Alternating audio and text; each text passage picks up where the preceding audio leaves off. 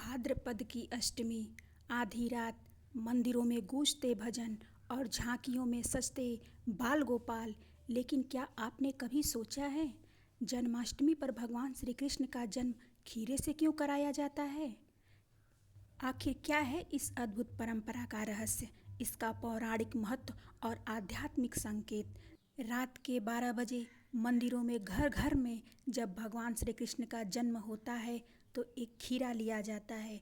उसे धीरे धीरे चीरते हैं और उसके अंदर से बाल गोपाल को बाहर निकाला जाता है। लेकिन खीरा ही क्यों? क्यों ये परंपरा हर साल करोड़ों भक्त निभाते हैं? आज मैं आपको इस रहस्य की ऐसी कहानी सुनाऊंगा जिसे सुनकर अगली जन्माष्टमी पर जब आप खीरे से जन्म कराएंगे तो आपकी आंखें नम हो जाएंगी और दिल में श्री कृष्ण की छवि बस जाएगी। मंदिरों में घंटों की आवाज़, भजन, सजावट और बाल गोपाल की झांकी। बच्चे, बुजुर्ग, महिलाएं सभी तैयारी में लगे हुए। धीरे धीरे रात के 12 बजते हैं और पंडित जी खीरा लेकर आते हैं। खीरा माता देवकी का गर्भ है। खीरे की मोटी परत बंधन, कैद और पहरेदारी है। खीरे को चीरना बंधनों का टूटना और अहंकार से मुक्ति है। खीरे में जो पानी होता है वह जीवन, शीतलता और प्रसन्नता का प्रतीक होता है। खीरे से भगवान का जन्म कराना वासुदेव द्वारा कारागार से भगवान को निकालकर गोकुल ले जाना है।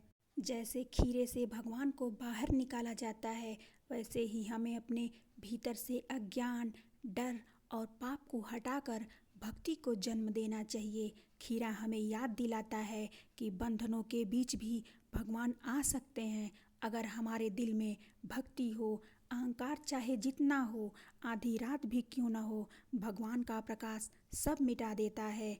आज भी हम अलग अलग तरह की कैद में हैं, चिंता, लालच, क्रोध, ईर्ष्या।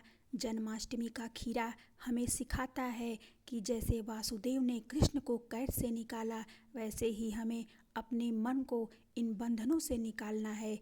यह परंपरा सिर्फ दिखावा नहीं बल्कि आत्मा की मुक्ति का संदेश है।